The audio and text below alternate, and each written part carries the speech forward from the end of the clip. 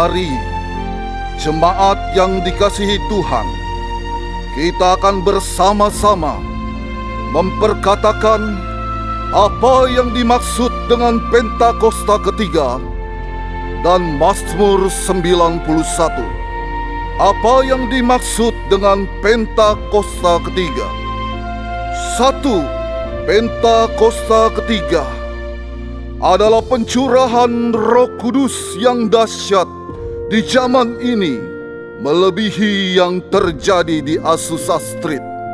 2. Pentakosta ketiga akan mengakibatkan penuaian jiwa yang terbesar dan yang terakhir sebelum Tuhan Yesus datang kembali. 3. Pentakosta ketiga akan membangkitkan generasi Yeremia, yaitu anak-anak muda yang dipenuhi Roh Kudus, cinta mati-matian kepada Tuhan Yesus, tidak kompromi terhadap dosa, dan akan bergerak untuk memenangkan jiwa. 4. Pentakosta ketiga lahir di Indonesia dan bergerak ke bangsa-bangsa. Gerakan ini dari timur ke barat dan akan kembali ke Yerusalem. 5. Pentakosta ketiga akan memberikan kuasa untuk menyelesaikan amanat agung. Dan setelah itu, Tuhan Yesus akan datang kembali. Dan mari bersama kita sepakat dan percaya mendeklarasikan firman Tuhan yang tertulis di Mazmur 91. Dalam lindungan Allah, orang yang duduk dalam lindungan yang maha tinggi dan bermalam dalam naungan yang maha kuasa akan berkata kepada Tuhan, tempat perlindunganku dan kubu pertahananku, Allahku yang kupercayai. Sungguh Dialah yang akan melepaskan engkau dari jerat penangkap burung, dari penyakit sampar yang busuk. Dengan kepaknya ia akan menudungi engkau. Di bawah sayapnya engkau akan berlindung. Kesetiaannya ialah perisai dan pagar tembok. Engkau tak usah takut terhadap kedahsyatan malam, terhadap panah yang terbang di waktu siang, terhadap penyakit sampar yang berjalan di dalam gelap, terhadap penyakit menular yang mengamuk di waktu petang. Walau 1.000 orang rebah di sisimu dan 10.000 di sebelah kananmu, tetapi itu tidak akan menimpamu. Engkau hanya menontonnya dengan matamu sendiri dan melihat pembalasan terhadap orang-orang fasik. Sebab Tuhan ialah tempat perlindunganmu, yang maha tinggi telah kau buat tempat perteduhanmu. Malapetaka tidak akan menimpa kamu, dan tulah tidak akan mendekat kepada kemahmu. Sebab malaikat-malaikatnya akan diperintahkannya kepadamu untuk menjaga engkau di segala jalan. Mereka akan menatang engkau di atas tangannya, supaya kakimu jangan terantuk kepada batu. Singa dan ular tedung akan kau langkahi. Engkau akan menginjak anak singa dan ular naga. Sungguh hatinya melekat kepadaku, maka aku akan meluputkannya. Aku akan membentenginya, sebab ia mengenal namaku.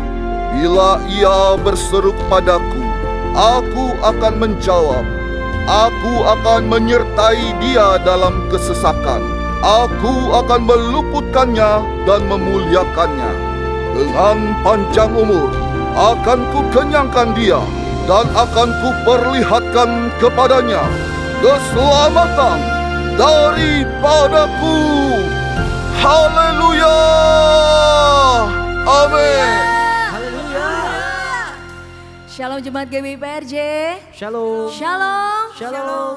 Haleluya. Hari ini saya bersyukur dan bersuka cita sekali bisa ada di tempat ini berkumpul bersama dengan Bapak Ibu Saudara sekalian yang saya yakin dan percaya sudah siap untuk berikan yang terbaik untuk Tuhan. Amin. Amin. Amin. Bapak Ibu Saudara, seringkali di dalam kesibukan kita setiap hari, baik itu kesibukan dalam pekerjaan kita, mungkin dalam mengurus rumah tangga atau mengurus anak-anak atau kesibukan dalam melayani, itu membuat kita jadi merasa capek, merasa lelah, jenuh sama keseharian kita. Belum lagi ditambah dengan permasalahan, pergumulan hidup, tantangan yang selalu ada setiap harinya. Dan berujung pada kehilangan damai sejahtera Tuhan. Padahal damai sejahtera Tuhan itu sangat penting Bapak Ibu Saudara dalam kehidupan kita. Karena ketika kita memiliki damainya Tuhan, dan damai itu menguasai kehidupan kita, menguasai hati kita. Segala permasalahan dan rintangan kehidupan itu akan jauh lebih ringan untuk kita jalani. Karena hati kita tenang. Dan kita percaya bahwa Tuhan ada bersama-sama dengan kita, amin? Amin. Dan caranya untuk kita bisa mendapatkan damai itu hanya dekat dengan Tuhan. Kita tinggal diam di dalam hadirat Tuhan. Cuman itu Bapak Ibu Saudara. Jadi seberapa banyak sore hari ini yang mau merasakan hadirat dan lawatan Tuhan boleh angkat tangannya? Haleluya. Saya yakin dan percaya itu akan terjadi sore ini. Mari kita buka hati kita fokus kepada Tuhan, kita cari wajah Tuhan. Mari bersatu dalam doa. Allah Bapa kami yang baik, terima kasih Tuhan Yesus untuk sore yang indah ini Tuhan. Kami bersyukur kami bisa ada kembali ke rumah Tuhan. Kami bersatu hati Tuhan Yesus, kami mau berikan yang terbaik untuk Tuhan Yesus. Kami mengasihi Tuhan, kami mencintai Tuhan dengan segenap hati kami. Biar lawatan dan hadirat Tuhan melawat setiap kami. Kami percaya Tuhan Yesus, biar damai-Mu memenuhi hidup kami. Karena cuma Tuhan yang kami mau. Terima kasih Tuhan Yesus. Hanya dalam nama-Mu kami berdoa dan mengucap syukur. Haleluya. Amin.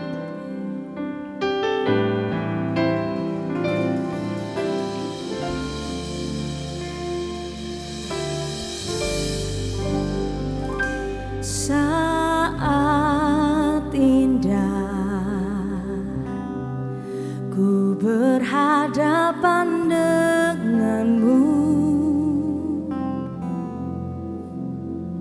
memandang wajahmu, Yesus kekasih jiwaku.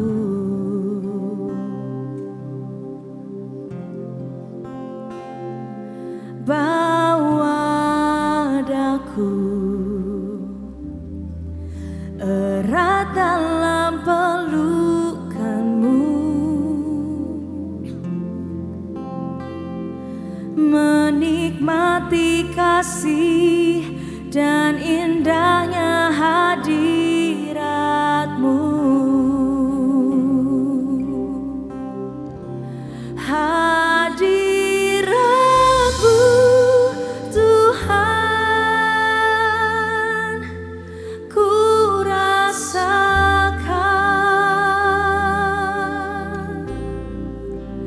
Kekudusan-Mu Bapa penuhiku,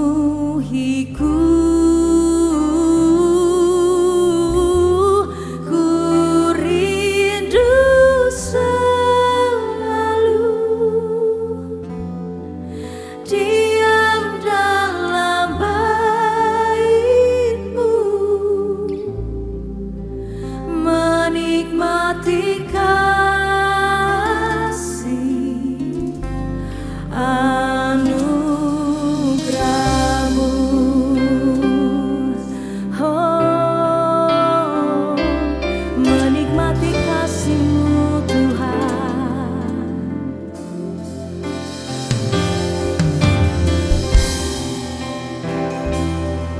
Itu kerinduan hati kami Yesus. Mari sama-sama kita mau nyatakan.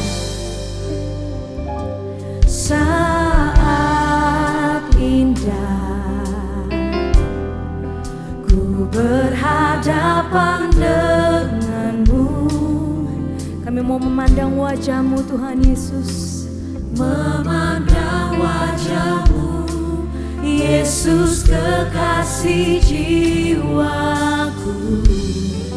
Bawa daku Tuhan, Bawa daku erat dalam pelukan-Mu. Menikmati kasih dan indahnya hadirat-Mu.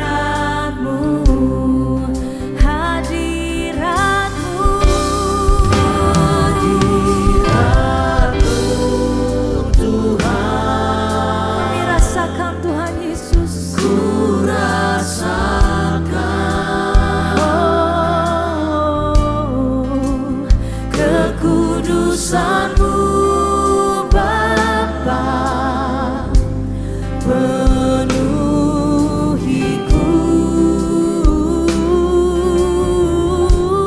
Ku rindu selalu diam dalam bait-Mu, menikmati kasih anugerah-Mu, hadirat-Mu Tuhan.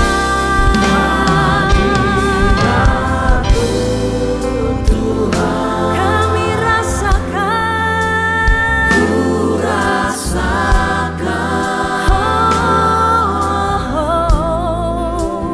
kekudusan-Mu Bapa penuhiku. Ku rindu selalu diam dalam bait-Mu, menikmati kasih anugerah-Mu.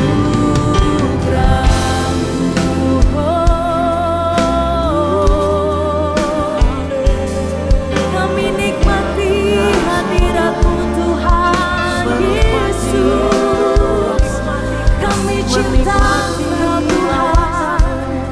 Kinaralala Shande. Oh, ya la ya Kinaralala ya Shande. Engkau yang terutama Tuhan, Engkau yang paling berharga. Oh, di dalam hidup mari sembah Dia, angkat suaramu, ku cinta Dia, Yesus, Yesus.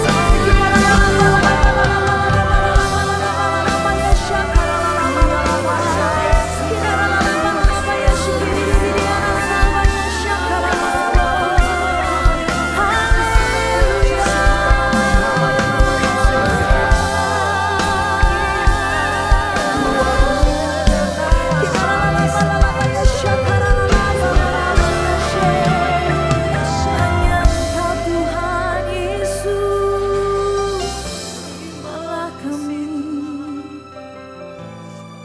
kami rindukan Engkau Tuhan. Hadirat-Mu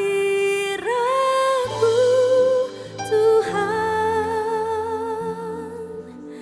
ku rasakan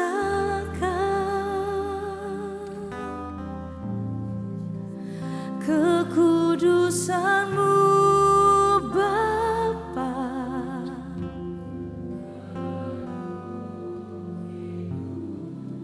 Kami rindu selalu dekat dengan-Mu Tuhan. Amin, amin. Diam dalam bait-Mu, menikmati kasih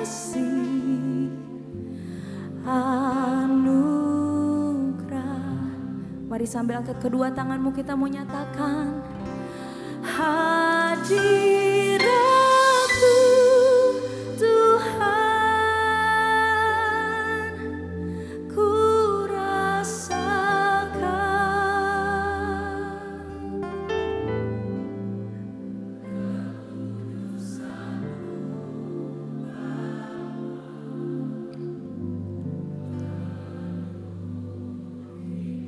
Thank you Jesus, thank you Jesus. Ku rindu selalu diam dalam bait-Mu, menikmati kasih anugerah-Mu. Mari berikan tepuk tangan untuk Tuhan Yesus. Hadirat-Mu Tuhan, ku rasakan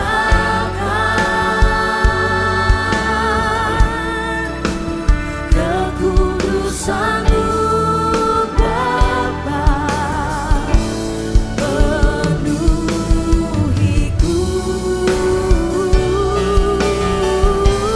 Ku rindu selalu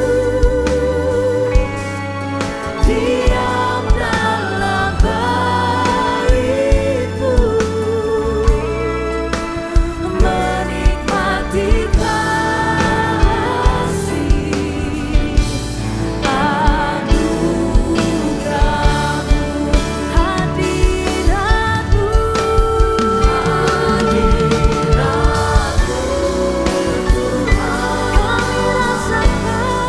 kami rasakan kekudusan-Mu Bapa penuhiku.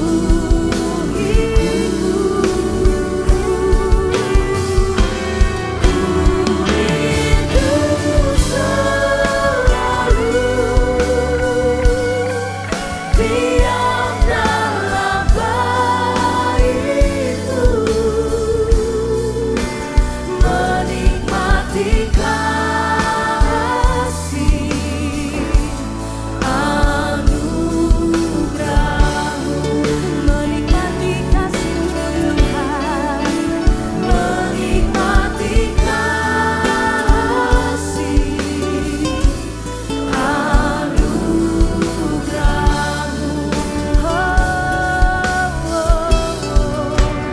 Menikmati kasih anugerah-Mu. Haleluya, haleluya. Sebab hanya Kau yang layak disembah Tuhan. Haleluya. Mari bersama ambil momen ini. Mari jadikan momen ini untuk momen kita intim sama Tuhan. Mari bawa seluruh sembah-Mu yang terbaik kepada Tuhan Yesus. Kami mengucap syukur untuk penyertaan Tuhan sampai hari ini, untuk kebaikan Tuhan. Sebab itu hari ini kami bawa yang terbaik. Sembah kami, syukur kami Tuhan. Kami muliakan nama-Mu, sebab Engkau layak terima segala pujian.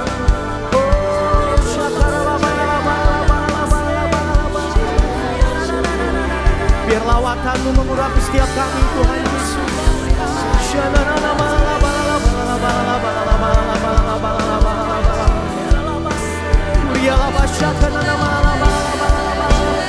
Jemaat Tuhan, jangan ada yang berdiam diri, sembah Dia.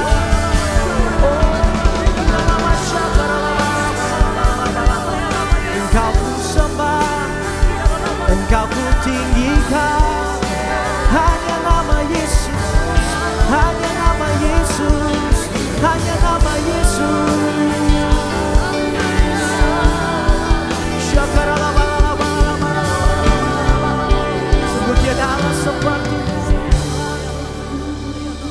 Kerinduan kami menyenangkan-Mu, lewat nyanyian kami, haleluya. Ku sembah Kau Tuhan. I worship You, Almighty God. There is none like You. I worship You, O Prince of Peace. That is what I want to do. I give You praise, for You are my righteousness. I worship You, Almighty God. There is none like You. Lebih sungguh lagi bersama nyata. I worship You, Almighty God. There is none like You.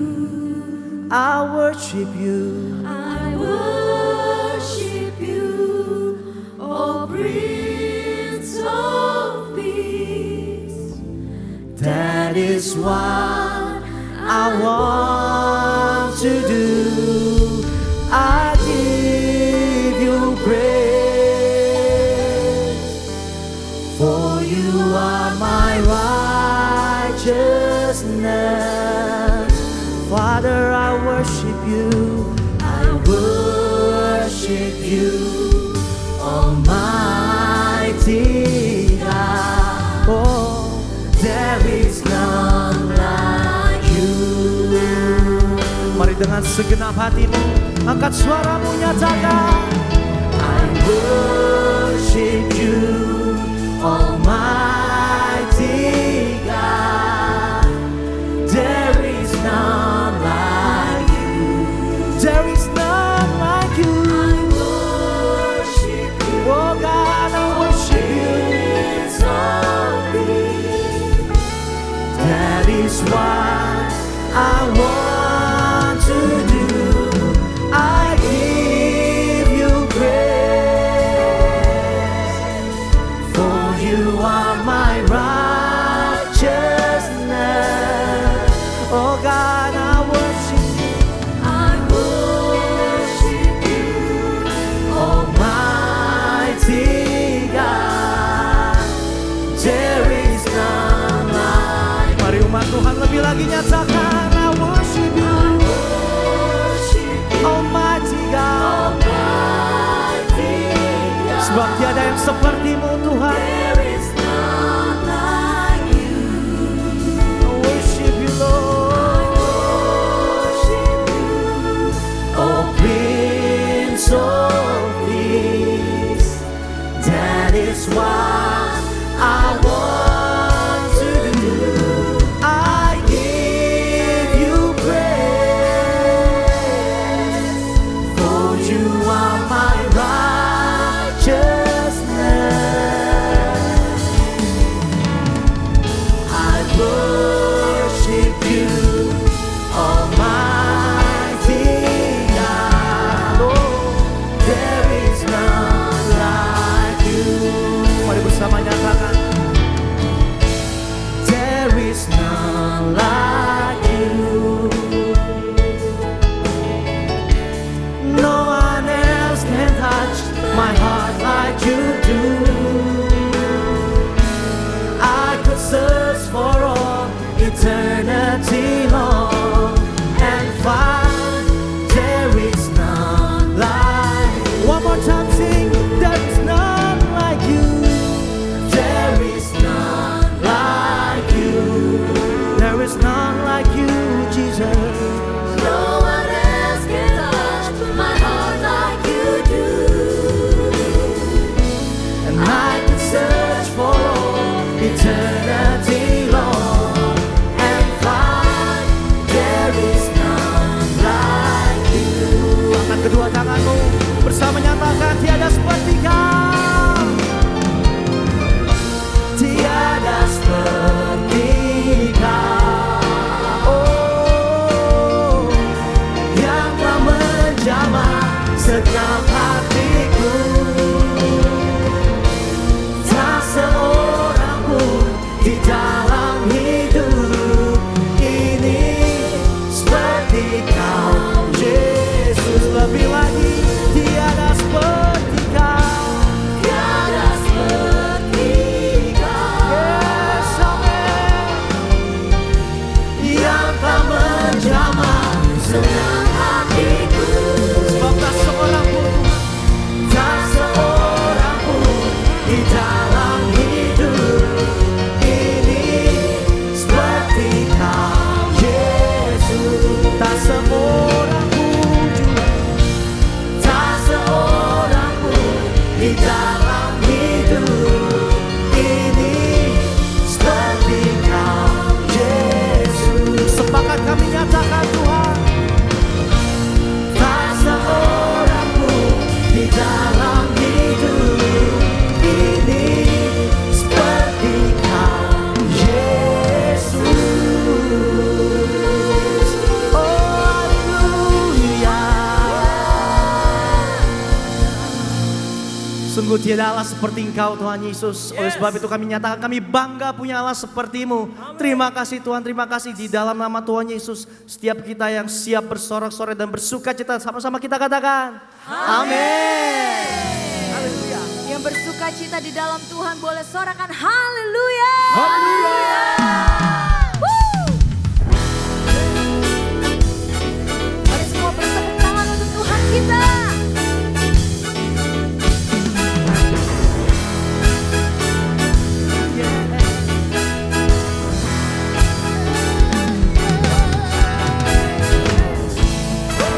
Sebab Engkau Allah kami yang baik, Tuhan Yesus. Amin. Dulu, sekarang, sampai selama-lamanya kasih-Mu tidak berubah.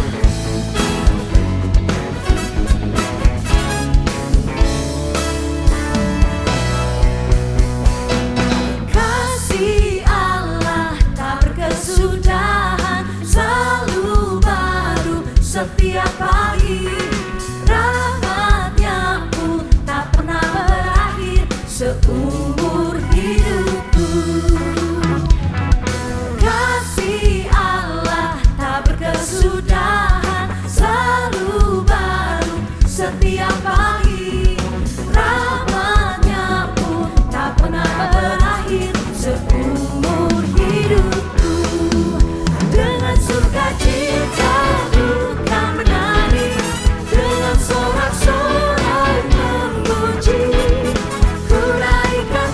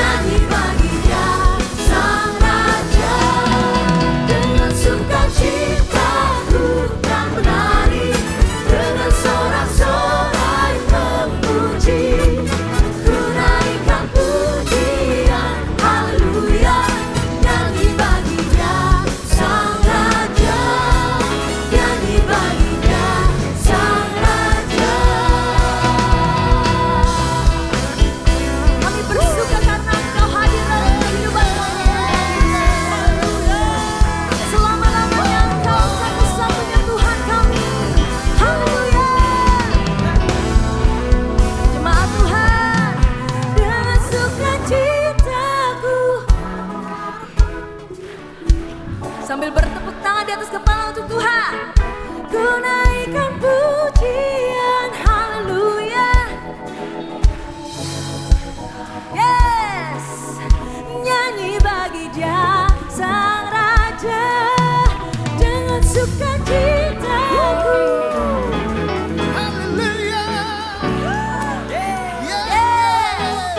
Ku naikkan pujian.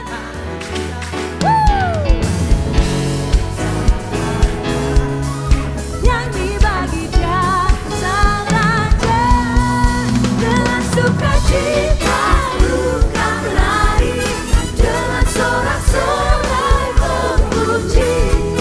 Ku naikkan pujian, haleluya.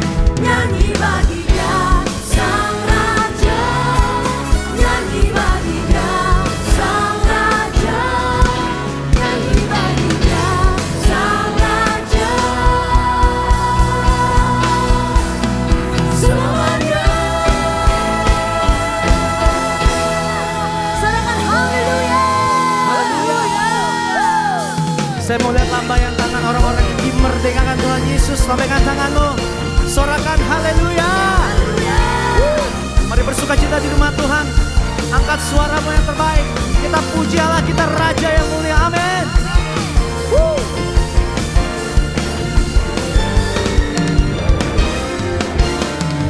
Kami angkat suara kami Tuhan Yesus sambil tepuk tangan bersama.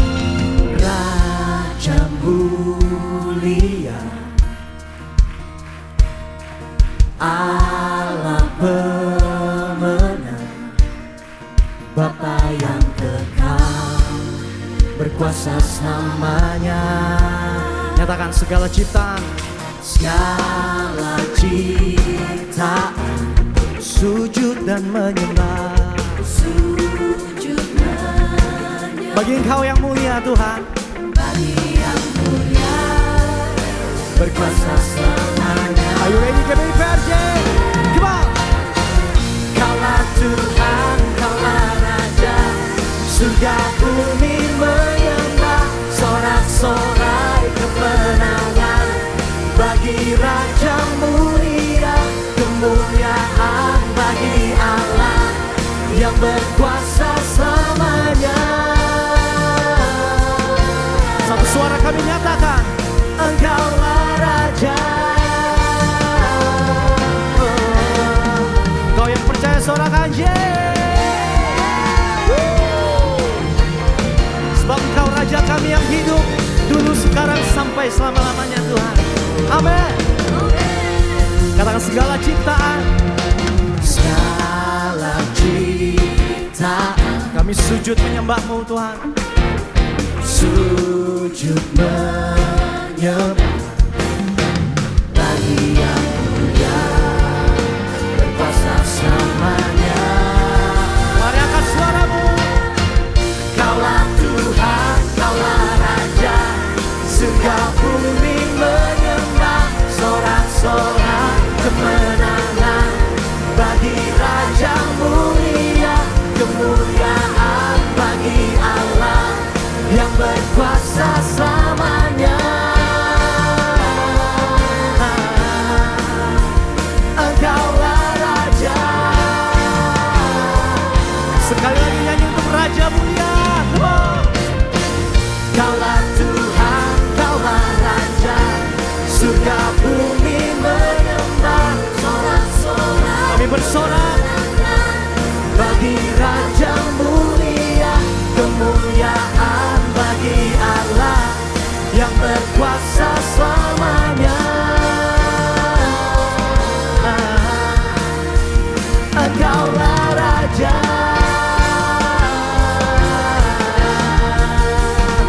Mari bertepuk tangan untuk Raja kita yang mulia. Come on. Haleluya. Segala pujian kami, hormat kami hari ini hanya bagi-Mu Tuhan Yesus, Raja kami yang hidup, Raja kami yang mulia. Amin. Boleh saya minta semua jemaat nyanyi ya buat Tuhan kita sama-sama. Kaulah Tuhan,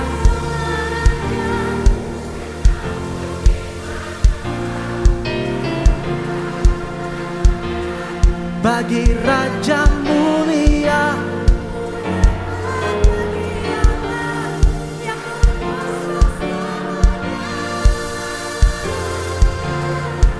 Engkaulah Raja, Engkaulah Raja. Dengan iman sambil angkat tangan yuk sama-sama kita katakan, come on. Say, Kaulah Tuhan, Kaulah Raja. Surga bumi menyembah, sorak-sorai kemenangan bagi Raja mulia. Kemuliaan bagi yang berkuasa selamanya.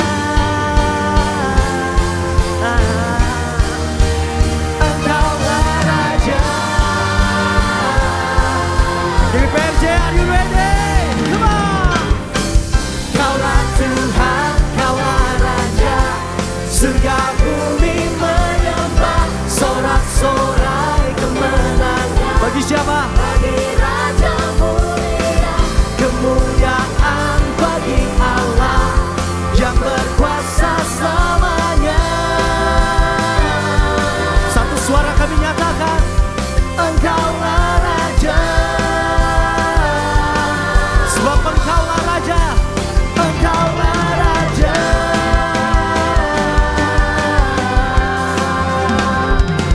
Berikan tepuk tangan dan sorak-sorai terbaikmu untuk Dia, Raja kita yang mulia. Sorakan haleluya. Yes. Haleluya Tuhan, kami mengucap syukur ya Bapa. Engkaulah Allah, Raja yang mulia, Raja yang kekal, yang berkuasa selamanya. Begitu juga dengan Indonesia, Tuhan yang berkuasa atas negeri kami. Tuhan yang pulihkan atas Indonesia, kuasa-Mu dinyatakan atas bangsa kami ya Tuhan. Kami bersyukur ya Bapa atas presiden dan wakil presiden kami yang baru. Bapak Prabowo beserta wakilnya Tuhan, Bapak Gibran ya Tuhan. Kiranya Tuhan yang memberikan hikmat dan marifat-Mu ya Tuhan. Sehingga setiap keputusan dan program yang dibuat semuanya untuk kesejahteraan rakyat dan kemajuan bagi bangsa ini. Kami bersyukur ya Tuhan, kami berdoa ya Bapa untuk pilkada serentak pada bulan November nantinya ya Tuhan. Kami percaya ketentraman, keamanan terjadi atas setiap daerah-daerah yang ada ya Tuhan. Sebab kami mau serahkan setiap pemimpin ini ke dalam tangan-Mu. Menjadi pemimpin-pemimpin yang nasionalis dan toleran. Yang takut akan Tuhan. Yang sungguh-sungguh bertanggung jawab untuk kemajuan bagi setiap daerahnya. Terima kasih ya Tuhan, kami sungguh mengucap syukur atas Gembala Sidang kami Paniko. Dan Gembala CK7 Dr. Yanto. Kiranya Tuhan mengurapi dengan kuasa dan otoritas Tuhan, sehingga dimanapun langkahnya pergi, di situ kemuliaan Tuhan boleh ditinggikan, banyak jiwa-jiwa dimenangkan. Terima kasih ya Tuhan, kami sungguh mengucap syukur. Kiranya Tuhan memberkati keluarga besarnya dengan aman perlindungan tangan-Mu ya Tuhan. Engkau berkati kesehatannya dengan berlimpah-limpah. Saat ini kami mau berdoa ya Tuhan untuk generasi Yeremia, anak-anak muda-Mu ya Tuhan. Kiranya Engkau membangkitkan kami menjadi anak-anak muda yang militan, yang cinta mati-matian akan Tuhan Yesus, yang tidak kompromi pada dosa dan bergerak untuk menuai banyak jiwa-jiwa. Jadikan kami bangkit dan menjadi terang dimanapun kami berada ya Tuhan. Terima kasih ya Tuhan, inilah setiap doa-doa kami hanya di dalam nama Tuhan Yesus yang percaya, sama-sama kita katakan amin. Kasih tepuk tangan buat Tuhan Yesus saudara. Silakan duduk kembali saudara yang kasih Tuhan. Dengan sukacita saudara kami rindu menyambut. Apakah ada yang baru pertama kali hadir beribadah di GBI PRJ hari ini? Kalau ada boleh lambaikan tangannya, jangan malu-malu. Apa ada?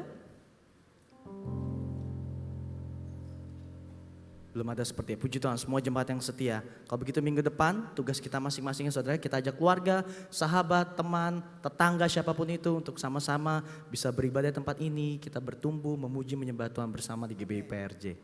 Baik, berikutnya saudara kita akan sama-sama menyaksikan news untuk sepekan ke depan. Multimedia dipersilakan.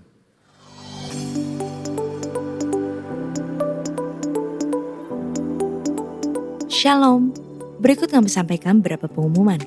Ibadah minggu depan tanggal 3 November 2024 pukul 7, 9, dan 11.30 waktu Indonesia Barat dilayani oleh Pendeta Johan Lumaindong. Pukul 16.30 waktu Indonesia Barat dilayani oleh Pendeta Rubin Ong. GBI PRJ Mandarin pukul 9 waktu Indonesia Barat, dilayani oleh Pastor Alan Low. Ibadah raya disertai dengan ibadah Kingskid, ibadah anak berkebutuhan khusus, Little Blessing Toddler, sekolah minggu, Joshua Generation Kids Church English Service, Junior Church Indonesian Service, 316 Youth English Service, dan 2 PM Service. Sehubungan dengan ibadah ucapan syukur 27 Anniversary and Christmas Celebration of GBI PRJ pada hari Minggu 8 Desember 2024 dengan tema Christ for All, yang diadakan 4 kali ibadah yaitu pada pukul 8, 11, 14, dan 17 waktu Indonesia Barat.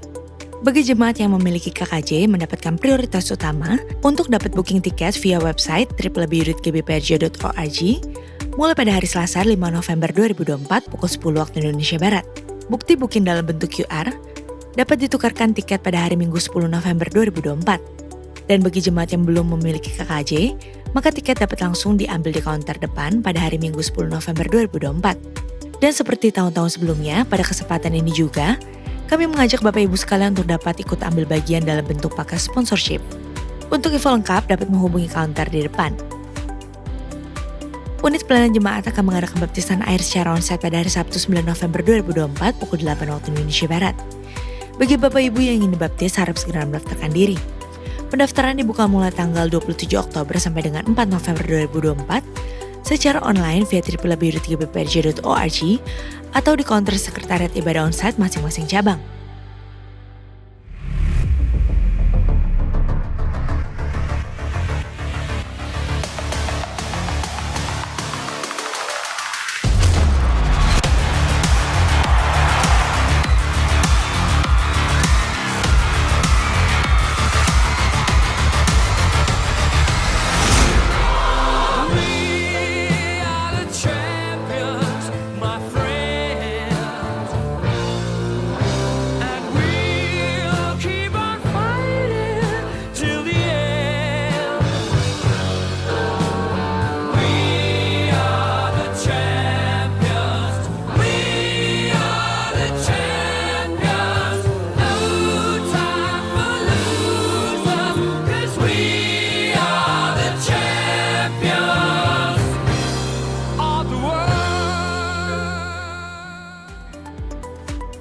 Untuk info lengkap seluruh kegiatan GBI PRJ CK7, maka Bapak Ibu dapat follow sosial media GBI PRJ baik di Instagram, TikTok, Facebook maupun Twitter.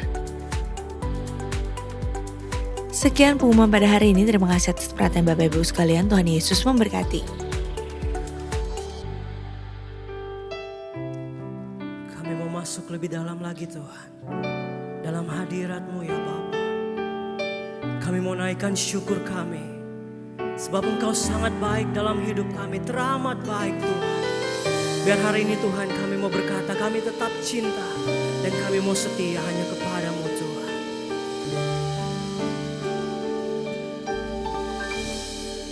Ku tetap cinta,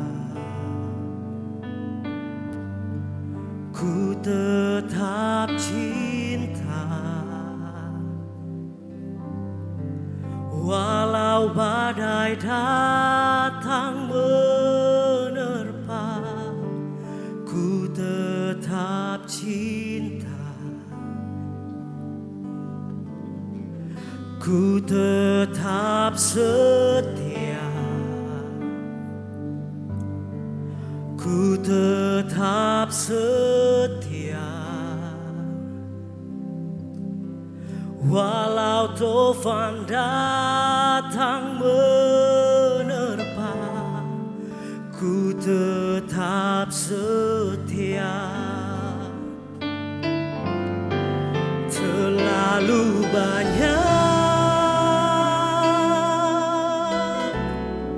yang Tuhan telah beri, takkan mungkin ku balas dari apa yang ku miliki. Ku persembahkan seluruh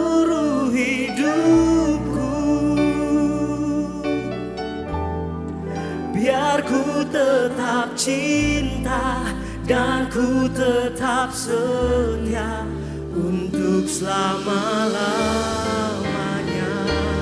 Mari jemaat Tuhan yang cinta Tuhan, mari kita berikan kemuliaan untuk Tuhan kita. Mari sama-sama angkat suara. Ku tetap cinta,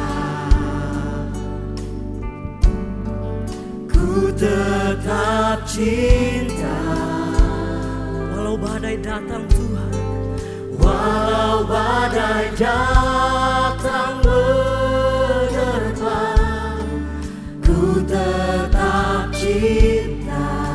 Kami mau tetap setia, ku tetap setia. Dan ini menjadi janji iman kami Tuhan, ku tetap setia. Walau topan datang menerpa, ku tetap setia. Mari jemaat Tuhan angkat suaramu, katakan terlalu banyak yang Tuhan telah beri, takkan mungkin ku balas dari apa yang ku miliki. Ku persembahkan seluruh hidupku, biar ku tetap cinta dan ku tetap setia untuk selama-lamanya. Terlalu banyak, terlalu banyak yang Tuhan telah beri, takkan mungkin ku balas dari apa yang ku miliki. Ku persembahkan seluruh hidupku, biar ku tetap cinta dan ku tetap setia untuk selama-lamanya. Mari jemaat Tuhan kita katakan terlalu banyak ya Tuhan yang Tuhan telah beri. Terima kasih Tuhan, Kau sungguh baik dan teramat baik dalam hidup kami Tuhan. Apapun yang terjadi dalam hidup kami, kami mau tetap cinta Engkau Tuhan. Ku persembahkan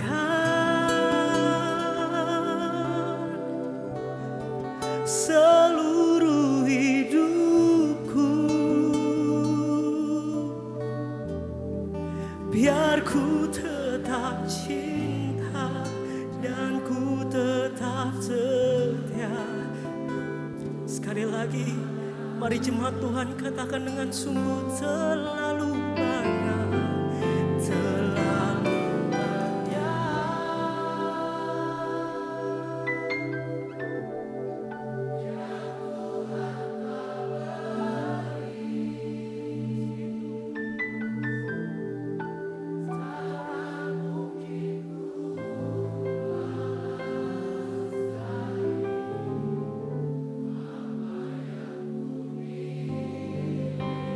Kami mau persembahkan hidup kami Tuhan. Makasih Yesus.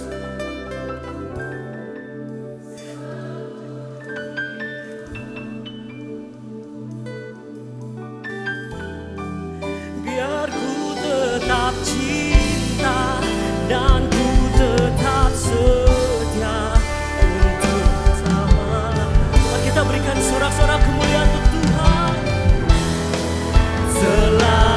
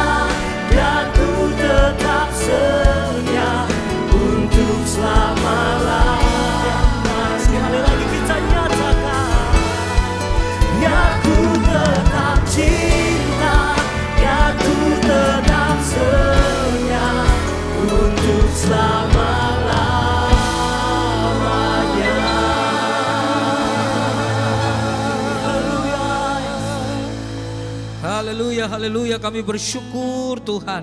Sebab Tuhan yang lebih dahulu mengasihi kami. Engkau rela mati di atas kayu salib, tersiksa di antara langit dan bumi, menjadi tontonan publik, menjadi penghinaan total. Tetapi karena kasih-Mu, Engkau tetap berada di sana. Karena itu kami bersyukur segala persoalan, segala bentuk dosa, semua sakit penyakit di atas bukit Calvary sudah diselesaikan. Sebab itu kami bersukacita, kami boleh ada kembali lagi di bait-Mu yang kudus, memuji dan memuliakan nama-Mu. Karena kami tahu ini bukan sekedar sebuah kebiasaan yang baik, tapi ibadah ini merupakan kebutuhan jiwa dan roh kami akan Tuhan. Tanpa Tuhan kami kering, tanpa Tuhan kami kesepian, tanpa Tuhan kami tertekan, tanpa Tuhan kami bingung. Tapi bersama dengan Tuhan, walaupun ada persoalan, ada masalah, tapi ada jawaban dan kepastian di dalam Tuhan kami, Yesus Kristus. Terima kasih Bapa di dalam surga. Kami bersyukur Tuhan karena Engkau memberikan kami kesempatan untuk mendengarkan kebenaran firman-Mu. Hamba berdoa Tuhan tolong kami, terutama hamba yang akan menyampaikan. Bapa, sembunyikan hamba di balik salib-Mu, supaya bukan kehebatan hamba yang muncul, tapi hormat dan kemuliaan harus kami kembalikan kepada Engkau, Tuhan yang sudah menolong hamba. Segala kuasa kegelapan roh jahat dalam bentuk apapun juga coba mengintervensi kami. Ketika kami mau mendengar kebenaran firman-Mu, kami bersehati menolak melumpuhkan kuasanya dalam nama Tuhan Yesus. Dan di dalam nama Tuhan Yesus kami berdoa dan siap untuk mendengarkan firman-Mu. Haleluya, katakan sama-sama. Amin, amin, amin. Puji Tuhan, silakan duduk kembali. Salam Bapak Ibu yang terkasih. Kalau kita bicara tentang seseorang yang terkenal, semua orang mau dengar. Saudara-saudara yang terkasih. Kalau kita bicara tentang Bapak Ibu yang terkasih di dalam Tuhan, tentang Abraham, kita tahu Abraham adalah pahlawan orang beriman. Dia diberikan janji sama Tuhan ketika usia 75 tahun dan untuk mempunyai seorang anak, dan katanya saudara yang terkasih, keturunannya akan sama seperti bintang di langit. Nanti sesudah dalam pasal 15 Tuhan tambahkan, keturunan bukan sama banyak seperti bintang di langit, namun seperti juga pasir di tepi laut, untuk menunjukkan bahwa Tuhan akan memberikan dia keturunan yang luar biasa. Mereka akan diberkati dan memberkati tempat di mana mereka tinggal. Sayang sekali saudara yang terkasih, sudah hampir umur 100 tahun dia belum memperoleh jawabannya. Dia pesimis, lalu kemudian datang Sarah menyarankan kepada dia untuk menghampiri pembantunya yang namanya Hagar. Lalu Ismail lahir di tengah-tengah keluarga ini. Terjadi masalah saudara yang terkasih, dan akhirnya Ismail dan Hagar harus meninggalkan Abraham, saudara yang terkasih. Tapi Tuhan tetap berjanji dia akan memberkati Ismail, saudara. Dan karena itu ketika Abraham meninggal, Ishak itu cari Ismail untuk menguburkan ayahnya. Luar biasa saudara-saudara yang terkasih. Sebenarnya hubungan seperti ini, saudara, yang kita harus belajar bahwa bisa berbeda, tapi tetap bisa saling mengasihi, saling melayani, saudara yang terkasih. Abraham adalah bapak orang beriman, keluar dari Ur Kasdim tanpa mengetahui masa depannya, saudara-saudara yang terkasih. Tapi karena Tuhan yang suruh dia pergi, saudara yang terkasih, ke tanah yang perjanjian yang dia nggak tahu bagaimana modelnya. Tapi Abraham melakukan segala sesuatu. Sebelum dia melakukan segala sesuatu, maksud saya, dia selalu mendirikan mezbah untuk kemudian menyembah Tuhan. Karena bagi Abraham, Tuhan itu sangat penting dalam hidupnya. Kalau kita bicara tentang Musa, kita tahu Musa adalah pemimpin besar. Dia memimpin bangsa Israel kurang lebih 3 juta orang. Dari mana kita tahu? Keluaran 12 ayat 37 menerangkan di situ bahwa yang keluar dari Mesir itu, saudara yang terkasih, ada sekitar 600.000 laki-laki. Jadi kalau kita asumsi satu keluarga punya 3 orang anak, hampir 3 juta orang. Ini pemimpin besar, saudara yang terkasih. Kalau dia tinggal di sebuah provinsi, udah pasti kepilih jadi gubernur, saudara-saudara yang terkasih. Nah, kalau kita bicara tentang Daud, kita tahu bahwa Daud orang yang sangat populer sampai sekarang. Kalau Anda pergi ke Israel dan Anda tahu siapa pribadi yang paling dikagumi, maka orang kecil yang namanya Daud itu pasti ditunjuk. Karena itu jangan main-main dengan orang kecil, saudara-saudara yang terkasih. Bapak Ibu yang terkasih, Daud itu bukan tanpa dosa. Tapi Daud itu sangat peka dengan, saudara yang terkasih, yang namanya Tuhan. Dia begitu peka, saudara-saudara, dalam hidupnya. Sehingga saudara-saudara yang terkasih, dia mau, saudara, meminta ampun, memohon kepada Tuhan untuk kemudian Tuhan mengampuni dia. Kalau kita bicara saudara-saudara yang terkasih dalam Tuhan tentang Petrus, kita tahu persis. Petrus adalah salah satu murid yang dekat dengan Tuhan Yesus. Kadang-kadang dia bicara dulu baru mikir. Sama seperti saya kalau ngomong bahasa Inggris, ngomong aja mikir belakangan. Grammar datang sendiri saudara yang terkasih. Kalau ngomong bahasa Inggris harus berani. Yang kedua itu berani ngomong, tetapi yang pertama berani malu saudara yang terkasih. Enggak apa-apa.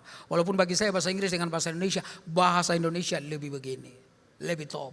Orang Inggris ngomong panjang-panjang, kita orang Indonesia ngomong singkat aja. Orang Inggris berkata beg pardon, orang Indonesia cuma bilang sudah ngerti. Orang Inggris berkata I think it will be better if you don't see each other again. Lalu orang Indonesia cuma bilang lu gue. Anda ngerti itu saudara. Tepuk tangan untuk Indonesia saudara yang terkasih. Puji Tuhan kita punya presiden yang baru. Tadinya saya berharap saya menteri agama, cuma gak kepilih saudara yang terkasih. Bapak Ibu yang terkasih dalam Tuhan, kita doakan supaya negara kita ini tambah baik, hutangnya tidak sedikit. Bapak Ibu yang terkasih, tahun depan harus kita bayar ratusan triliun Bapak Ibu yang terkasih. Tetapi saya percaya Indonesia tetap ada dalam lawatan tangan Tuhan. Kita mau mengalami beberapa kerusuhan saudara-saudara yang terkasih. Saya pernah di Solo ada kerusuhan besar Bapak Ibu, yang tadinya mau pergi berangkat dari Solo gak jadi, saya mesti ke Jogja di tengah jalan. Kita kasih uang di orang karena Bapak Ibu aduh itu rusuh saudara. Kita tahun 98 ada hal-hal yang saudara-saudara yang terkasih artinya menggetarkan kita semua. Masa Covid semua orang juga takut. Saya punya teman punya beberapa hotel-hotel ditutup saudara. Bapak Ibu yang terkasih, tetapi Anda dan saya masih tetap ada di sini. Itu berarti tetap masih ada kesempatan dari Tuhan untuk Anda menikmati anugerah demi anugerah. Saudara-saudara yang terkasih di dalam Tuhan Yesus, kita bicara tentang Paulus, kita tahu Paulus adalah salah satu rasul yang paling banyak menulis perjanjian baru. Namanya dicatat di mana-mana. Tapi kalau kita bicara tentang orang ini namanya tidak terkenal. Judul khotbah saya pada sore hari ini adalah tidak terkenal tapi jadi berkat. Bisa dimunculkan, ada saya tulis saudara-saudara yang terkasih. Tidak terkenal tapi bisa jadi berkat. Multimedia bisa tunjukkan itu. Tidak terkenal tapi jadi berkat. Yang pertama orang ini kita akan lihat dalam Kisah Rasul ayat 12, pasal 12 ayat 12. Ada ya? Kisah Rasul 12 ayat 12.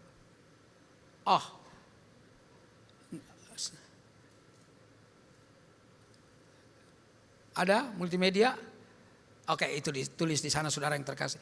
Dan setelah berpikir sebentar, pergilah ia di situ adalah Petrus, ke rumah Maria. Ada banyak Maria di dalam Alkitab, tapi ini adalah ibu Yohanes yang disebutkan juga Markus. Nah, orang ini akan kita bahas. Yohanes yang disebut juga Markus. Di situ banyak orang berkumpul dan berdoa. Saudara-saudara yang terkasih dalam Tuhan, Petrus waktu itu dia di penjara, dirantai tangannya, saudara-saudara yang terkasih, dan dalam pengawalan. Beberapa lapisan pengawal yang mengawal dia, para prajurit Romawi dengan orang-orang yang sangat-sangat disiplin. Tapi ketika malaikat datang menepuk bahunya saudara yang terkasih, rantainya terlepas. Dan kemudian Petrus keluar. Dia di luar baru dia bilang, oh ternyata saya bukan bermimpi. Nah dia ke rumah Ibu Maria. Ke rumah Ibu Maria yang adalah ibu daripada Yohanes Markus. Di situ banyak orang sedang apa? Berkumpul dan berdoa. Jadi rupanya praise and praise center yang pertama itu adalah di Kisah Rasul 12 ayat 12. Saudara-saudara yang terkasih dalam Tuhan, saya sangat percaya atau sebuah rumah, sebuah gereja, sebuah tempat perkumpulan, kalau di dalamnya saudara yang terkasih Tuhan ditinggikan, Tuhan dimuliakan, Tuhan disembah, akan muncul orang hebat dari tempat itu. Saudara, saya pernah pelayanan 15 tahun yang lalu di sebuah persekutuan doa di Kemandoran. Saudara-saudara yang terkasih daerah Palmera di sana. Waktu saya pelayanan di sana saya ketemu dengan satu bapak yang usianya sekitar 75 atau 76 tahun. Dia sudah meninggal kira-kira 10 tahun yang lalu. Saya waktu khotbah saudara persekutuan kecil sekitar 25 sampai 30 orang. Dia berkata, Henry, persekutuan ini sudah 40 tahun. Lalu dia ngomong sama saya, kamu kenal penyanyi ini, kamu kenal pemusik ini, kamu kenal pendeta ini dan seterusnya. Dia bilang itu lahir dari persekutuan ini. Ya, saya percaya di mana Tuhan dibicarakan, di mana Tuhan dipelajari, di mana Tuhan disembah, di mana Tuhan ditinggikan, dia akan menarik banyak orang untuk datang kepada dia. Karena itu saya percaya di gereja ini, ketika nama Tuhan disembah, nama Tuhan ditinggikan, saya percaya akan muncul anak-anak muda yang hebat dari gereja ini. Karena doa Yeremia itu yang kita suka doakan, generasi Yeremia itu harus dilanjutkan. Harus saudara yang terkasih, penerapannya adalah beri kesempatan kepada anak-anak muda saudara yang terkasih. Dan saya percaya dari muka-muka Anda saya lihat Anda orang pintar semua. Orang-orang pintar semua. Dari tatapan matamu saya tahu Anda orang-orang pintar. Karena hanya orang pintar yang tahu orang lain pintar. Mengerti ya saudara-saudara yang terkasih.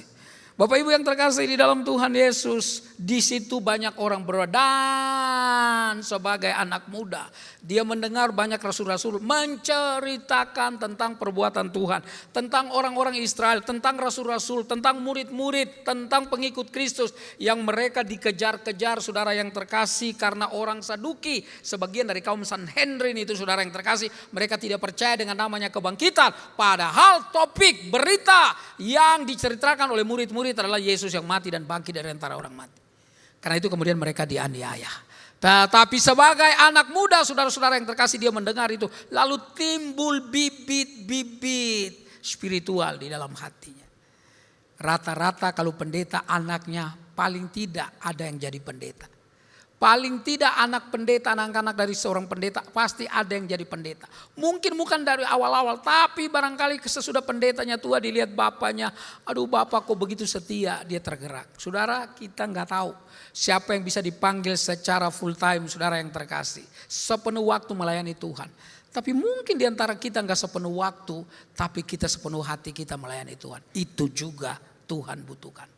Saya ketemu dengan banyak saudara yang terkasih pejabat di negara ini yang cinta Tuhan. Banyak pengusaha-pengusaha yang cinta Tuhan.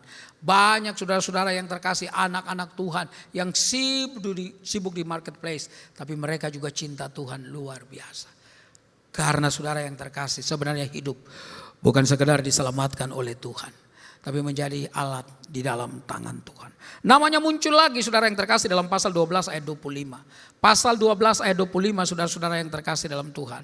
Di sana ditulis begini, pasal 12 ayat 25. Pasal 12 ayat 25 saudara yang terkasih dalam Tuhan. Barnabas dan Saulus kembali dari Yerusalem setelah mereka menyelesaikan tugas pelayanan mereka. Mereka membawa Yohanes yang disebut juga siapa? Markus. Yohanes Markus ini dibawa sama mereka. Nah saya mau kasih tahu dulu supaya saudara-saudara yang terkasih tidak bingung. Perjalanan Rasul Paulus itu ada 3 perjalanan yang besar. Nanti kalau saudara lihat Alkitab di belakang itu ada petanya, saudara akan lihat. Perjalanan yang pertama itu dicatat dalam Kisah Rasul pasal 13. Perjalanan yang kedua Rasul Paulus dicatat dalam Kisah Rasul pasal yang ke-16. Perjalanan yang ketiga dicatat saudara yang terkasih di dalam Kisah Rasul pasal 19. Gampang saja hafalnya. 13, 16, 19. Pelayanan Rasul Paulus ini yang mengilhami para misionari datang ke Indonesia. Para hamba-hamba Tuhan pergi kemana-mana saudara yang terkasih. Karena diilhami oleh pelayanan Rasul Paulus yang luar biasa. Nomensen datang di Tanah Batak saudara yang terkasih. Orang Jerman yang hebat ini Bapak Ibu yang terkasih. Sehingga banyak orang Batak percaya kepada Tuhan. Yosef Kam datang dari Belanda. Lalu ke Indonesia Timur, ke Maluku. Sehingga orang Maluku waktu itu ciri khasnya lagu-lagu rohani. Kiai Sadrak anak Tuhan yang luar biasa menginjili di Pati dan Salatiga. Sehingga kalau Anda ke Pati dan Salatiga banyak orang percaya di situ. John Sung yang sekolah S2 kimia dan S3 fisikanya di Amerika. Dan dia pulang ketika bapaknya tanya kamu mau jadi apa? Bapaknya seorang pendeta tapi hidupnya susah sekali. Karena itu bapaknya pikir anaknya akan kerja. Kalau tidak di pemerintahan dia akan ngajar. Kamu mau ngajar atau kerja di pemerintahan? Lalu John Sung berkata saya mau jadi pendeta. Bapaknya kaget sekali. John Sung datang ke Semarang dan kemudian ke Bandung. Itulah sebabnya Bandung dan Semarang banyak anak-anak Tuhan. Saudara-saudara yang terkasih di dalam Tuhan Yesus, karena itu saya percaya Rasul Paulus mengilhami banyak dari kita. Kenapa saya mau ke desa, keliling desa saudara-saudara yang terkasih? Karena saya tahu di desa pun banyak orang-orang hebat ada di sana. Ibu kota nanti mau pindah loh, IKN ya. Menurut survei saudara yang terkasih beberapa tahun yang lalu, hampir 70% orang pintar itu tinggal di ibu kota di Jakarta. Jadi nanti kalau ibu kota pindah ke Kalimantan, kita bukan orang pintar lagi. Karena bukan ibu kota lagi saudara-saudara yang terkasih. Bapak Ibu yang terkasih di dalam Tuhan Yesus, lalu kita ketemu lagi dalam pasal 13 ayat 5. Pasal 13 ayat 5 saudara yang terkasih. Di sana dikatakan setiba di Salamis mereka memberitakan firman Allah di dalam rumah-rumah ibadat orang Yahudi. Dan Yohanes menyertai mereka sebagai pembantu mereka. Antioquia adalah home base daripada penginjilan. Itulah sebabnya saudara yang terkasih, para hamba-hamba Tuhan didoakan di sana lalu kemudian diutus. Salah satunya Barnabas dan Saulus. Dan mengikuti dua hamba Tuhan seperti ini, wah kita bangganya luar biasa. Betul ya? Oh iya, ini hamba Tuhan yang saudara yang terkasih senior, Paulus atau Barnabas dan Paulus, saudara. Tidak banyak hamba Tuhan seperti sekarang. Waktu itu masih jarang dan jadi pembantu mereka senang banget.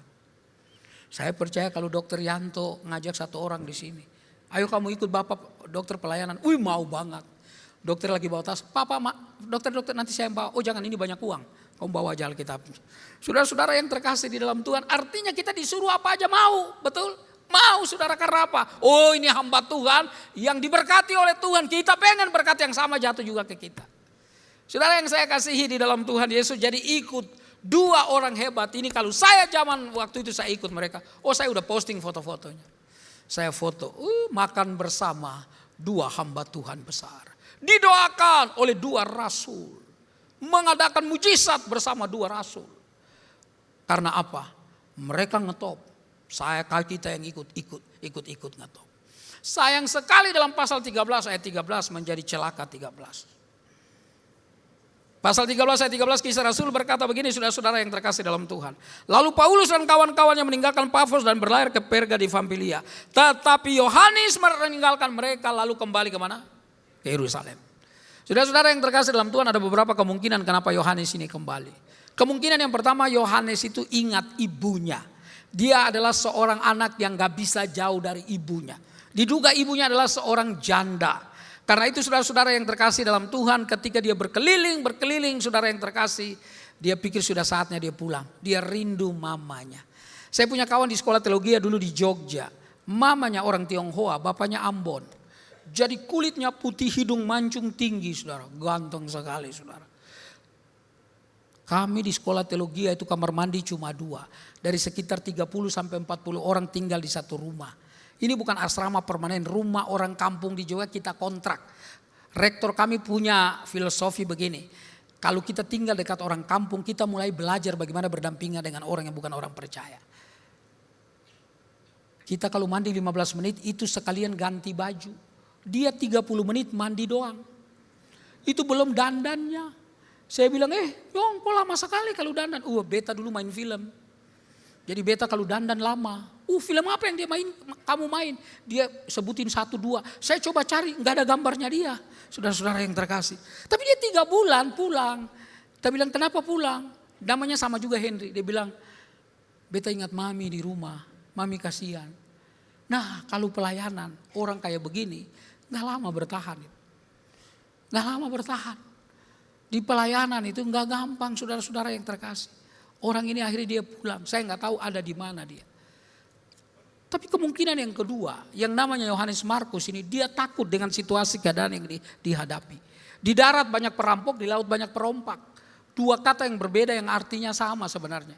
Ada banyak orang jahat yang bisa merampok harta kita, tapi sekaligus nyawa kita bisa terancam. Bagi Yohanes Markus yang masih muda, dia pikir, aduh ngapain pelayanan kayak begini. Lebih baik saya pulang aja. Mulak tu jabo, itu bahasa Jerman saudara yang terkasih. Pulang ke rumah saudara-saudara yang terkasih. Lebih baik pulang daripada menghadapi maut saudara. Dalam pelayanan gak ada yang namanya kenyamanan. Pelayanan itu pengorbanan banyak hal saudara. Pelayanan itu saudara mesti kuat. Pelayanan itu gak boleh manja. Pelayanan itu saudara-saudara yang terkasih gak boleh mengasihani diri. Pelayanan itu memberi diri untuk Tuhan bentuk dan Tuhan pakai. Waktu Paskah yang lalu bulan Maret saudara yang terkasih. Paskah tahun ini maksudnya bulan Maret. Saya pergi ke Kalimantan. Di gereja di mana saya kunjungi yang saya pernah cerita itu saudara-saudara yang terkasih. Wah itu luar biasa jalannya. Kita jalan begini saudara dengan motornya bisa berbalik. Balik lagi saudara. Saking beceknya saudara. Diangkat lagi jalan lagi. Kapan nyampenya kalau begini saudara. Ada jalan yang kecil hanya khusus 1 motor. Di kanannya ada jurang. Waduh itu mengerikan. Lalu naik motor nanjak begini di depan ada batu saudara. Yang bawa itu pendeta, tingginya kayak saya. Jadi kakinya gantung, saudara nggak bisa injak tanah, saudara yang terkasih. Anda ketawanya nggak enak, saudara yang terkasih. Lalu dia bilang begini, Pak, dia bilang, Pak tenang. Oh gimana tenang? Saya bilang, dia bilang tahan napas Pak. Dalam hati saya bukan cuma tahan napas mau habis sebentar lagi dalam hati saya. Lalu tiba-tiba nanjak begitu menanjak, saya bilang mati ini terbalik. Lalu dia bilang kaget sekali saya. Jantungnya saya ambil lagi, taruh lagi saudara-saudara yang terkasih. Saking kagetnya. Bapak Ibu yang terkasih, tetapi di gereja itu orang duduk. Itu cuma saudara-saudara yang terkasih kaso yang panjang saudara. Ada 4, jadi 2 baris. Kaso 4, lalu kemudian dipakukan papannya. Di sanalah kita duduk tanpa ada sandaran. Jadi kalau Anda ngantuk atau kalau ada orang jatuh dipastikan ngantuk itu.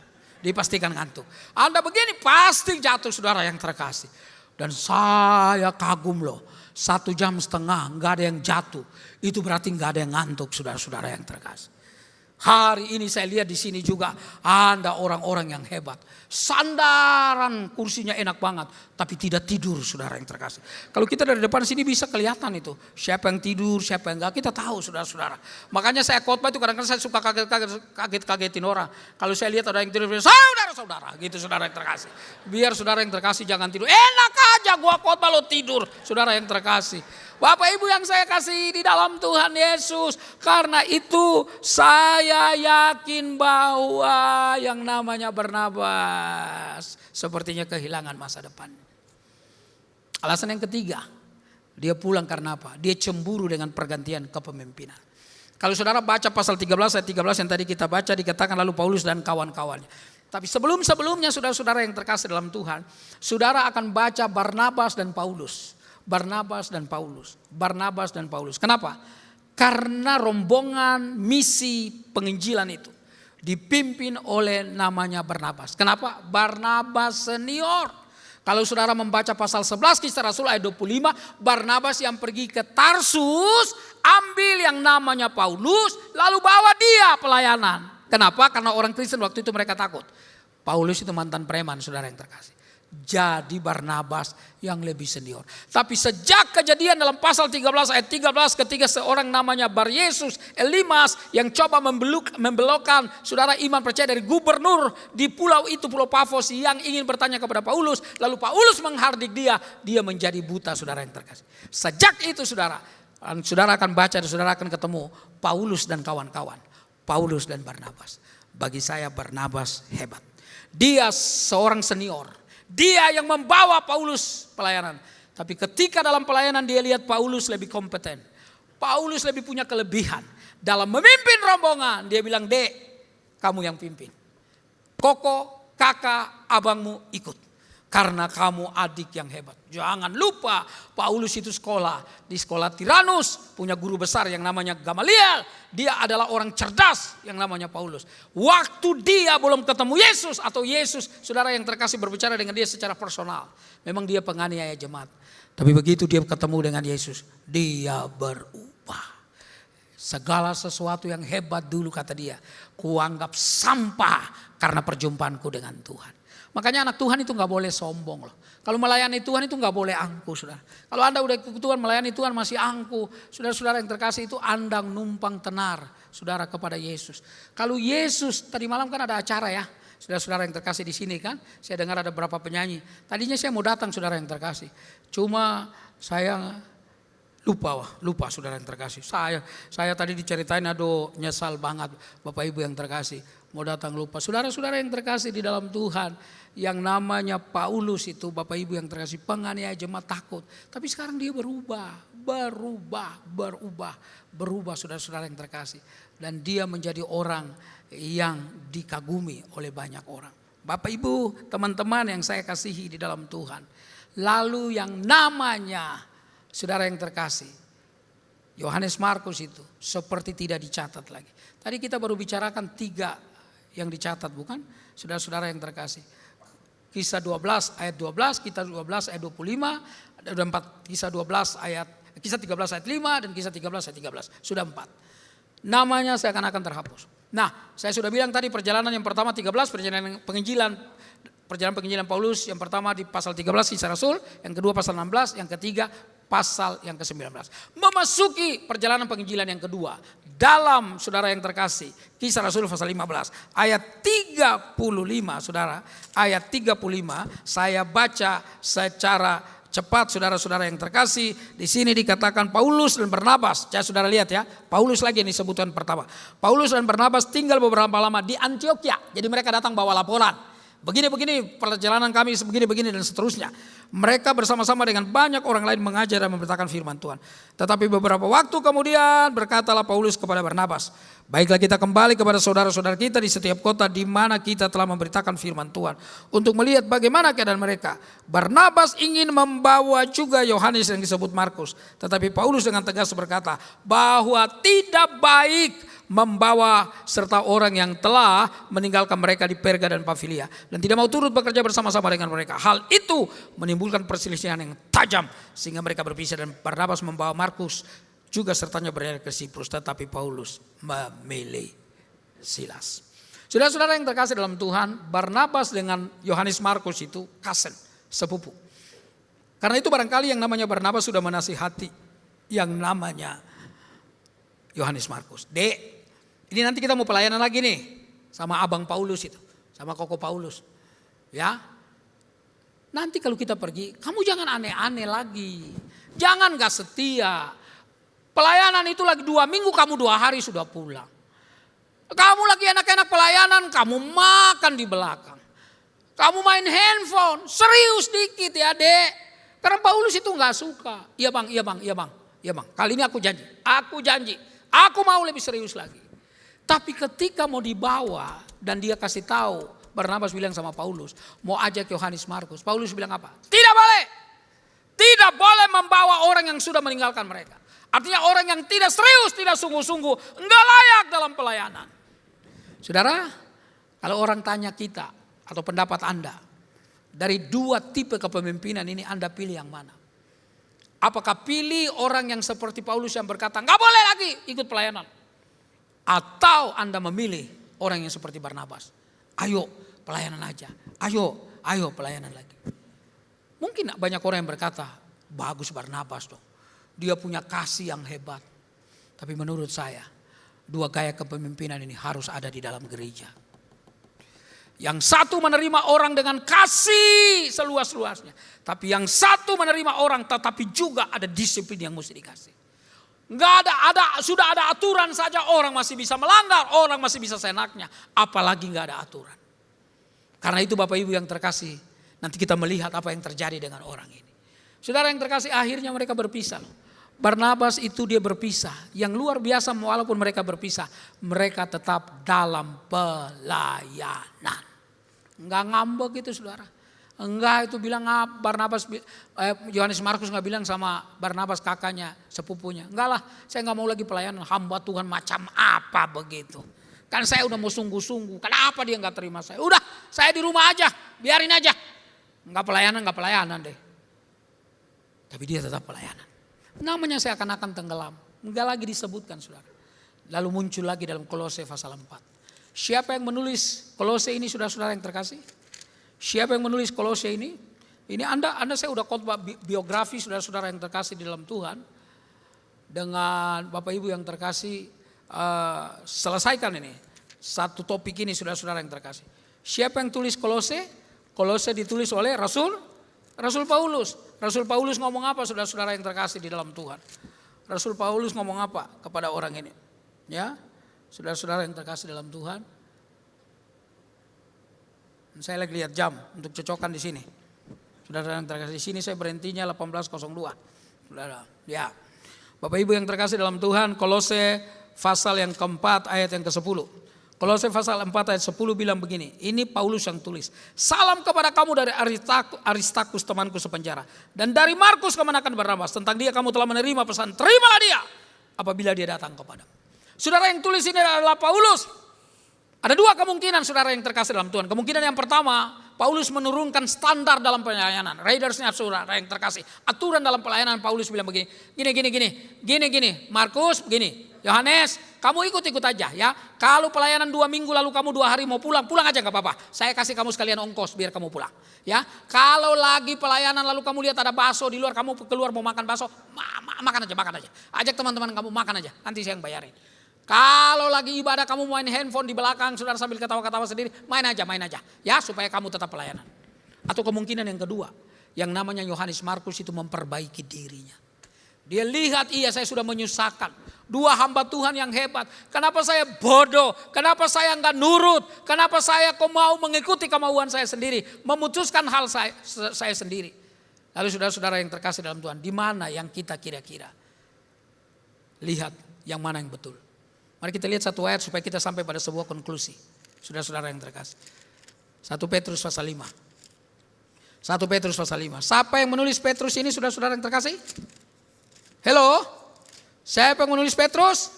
Petrus, iya Bapak Ibu, saya butuh jawaban ya, saudara-saudara yang terkasih. 1 Petrus 5 ayat 13 berkata begini, ini Petrus yang tulis. Salam kepada kamu sekalian dari kawanmu yang terpilih, yang di Babylon, dan juga dari Markus anakku, kata Petrus.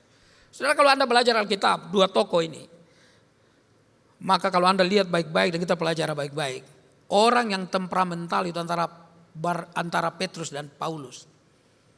Kita akan bilang Petrus.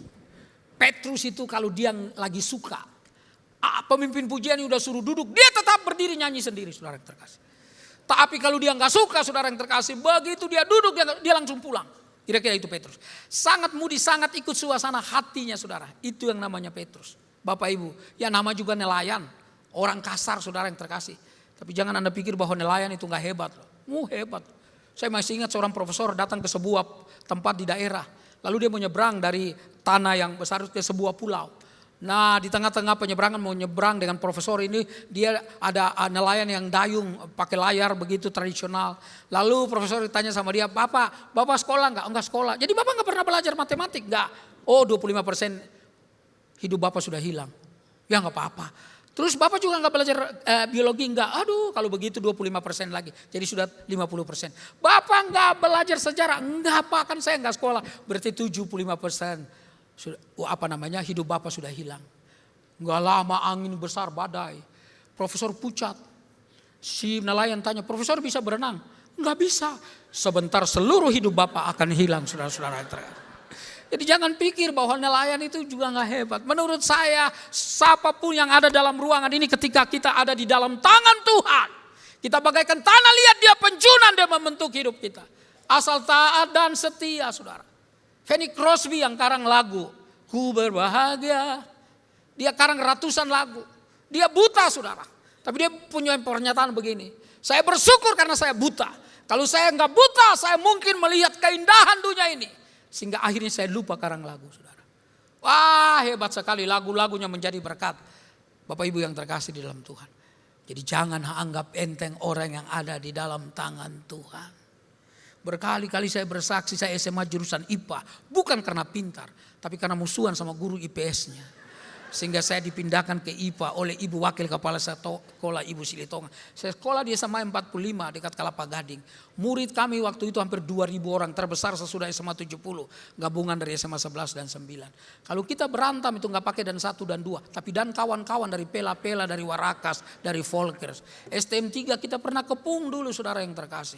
Karena preman-preman keluar semua.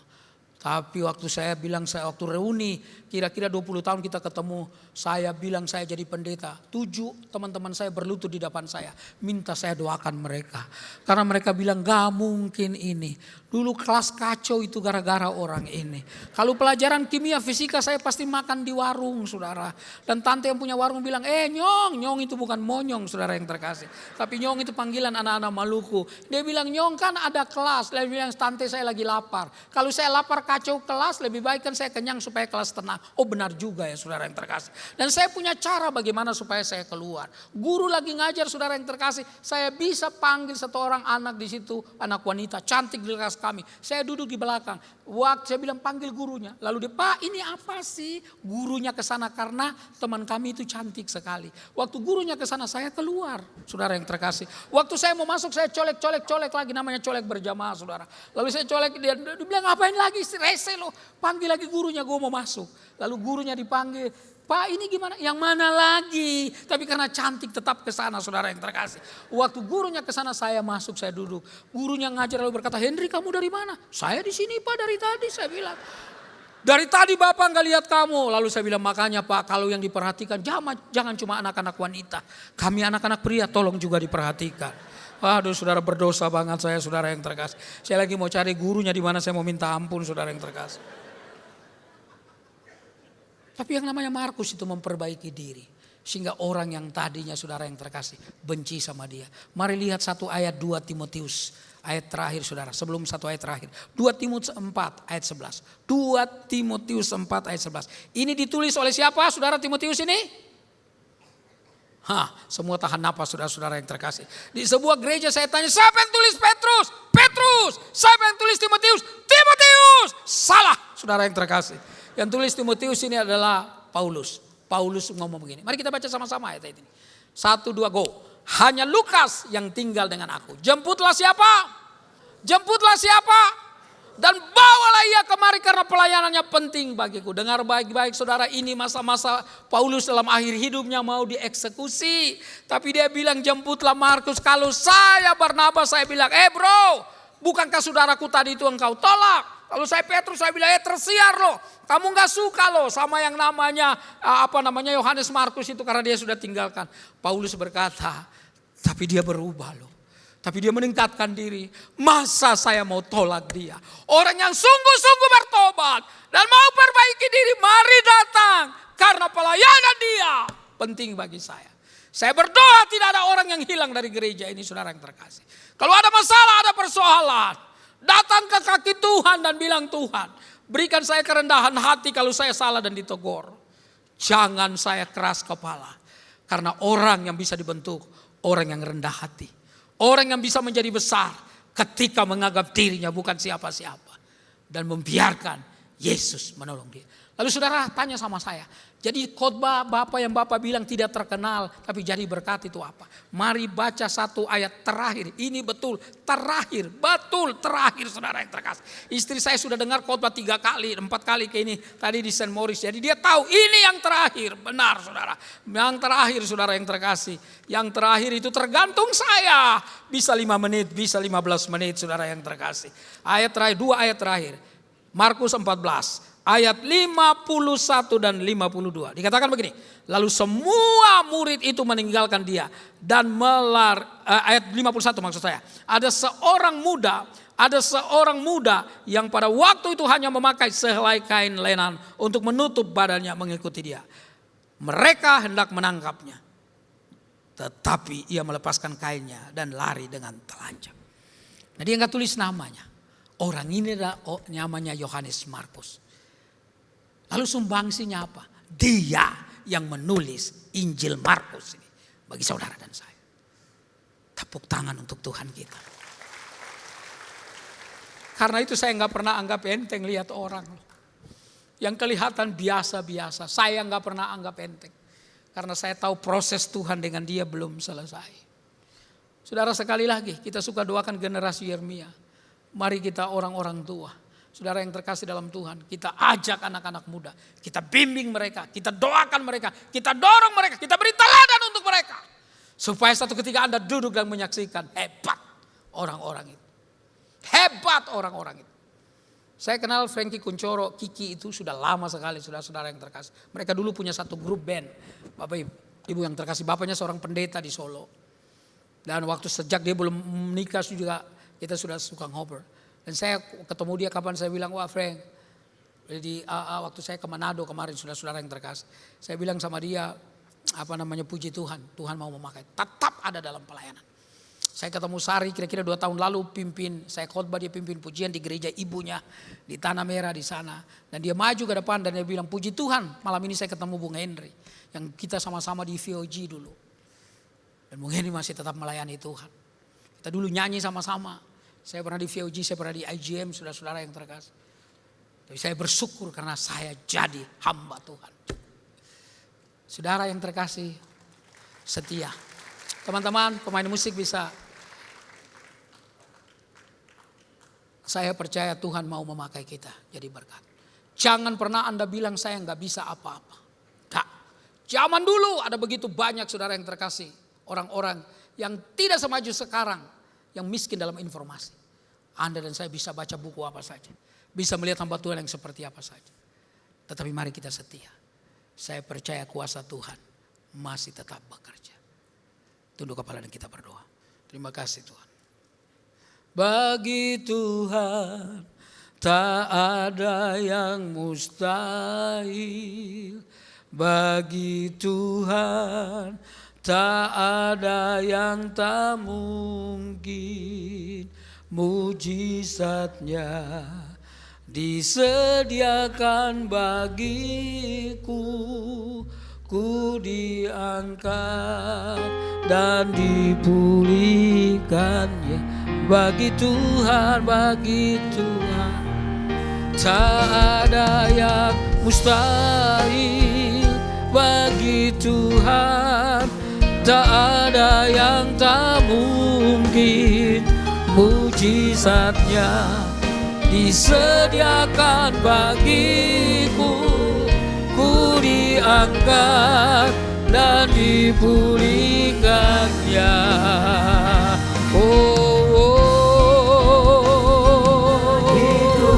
Bagi Tuhan tak ada yang mustahil.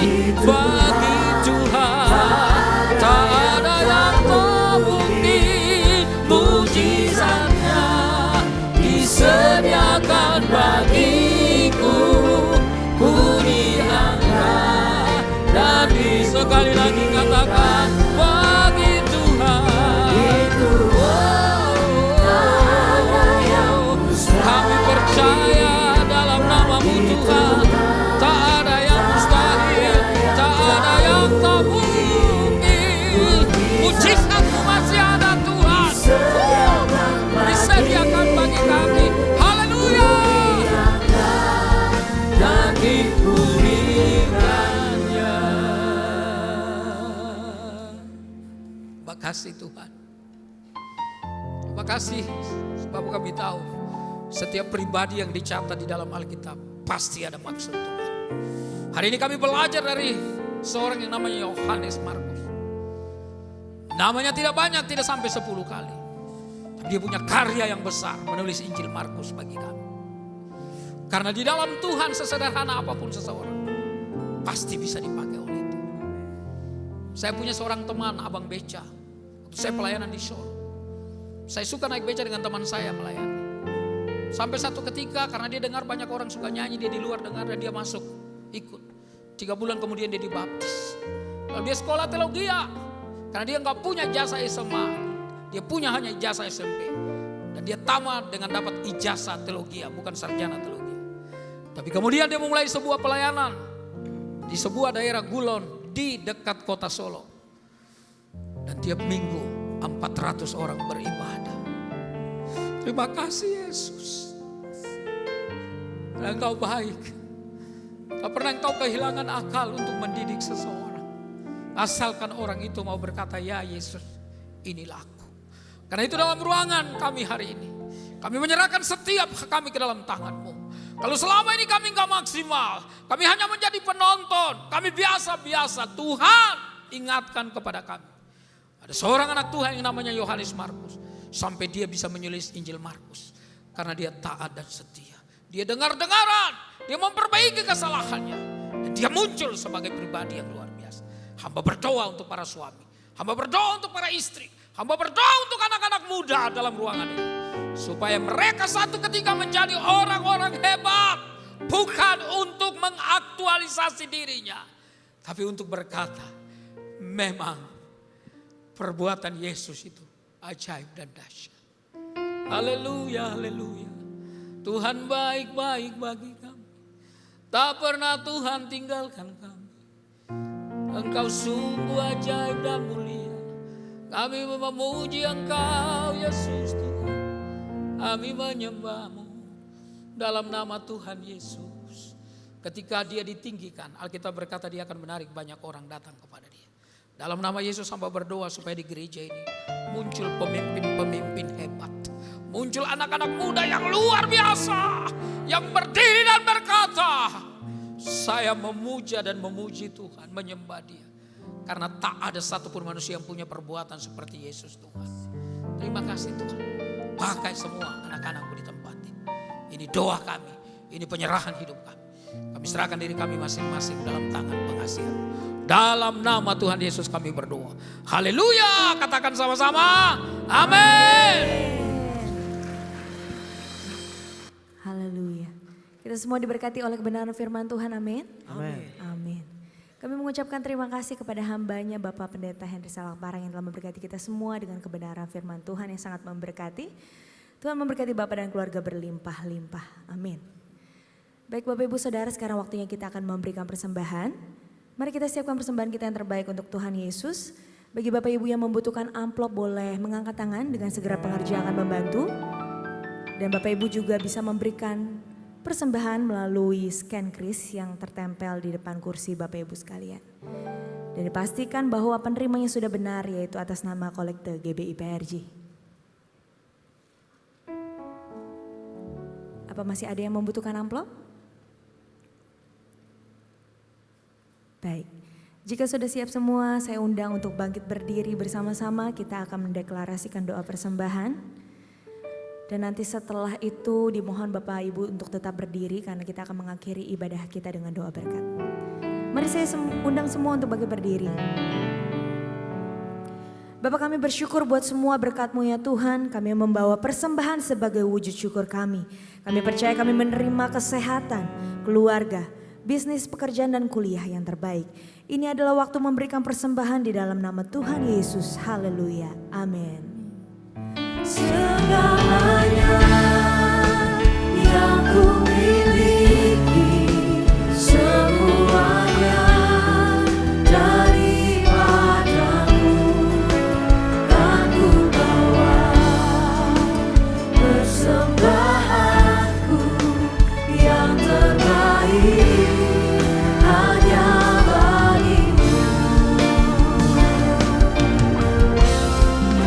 Segalanya yang ku miliki, semuanya daripadamu, kan ku bawa persembahanku yang terbaik hanya bagimu, kan ku bawa persembahanku yang terbaik hanya bagimu.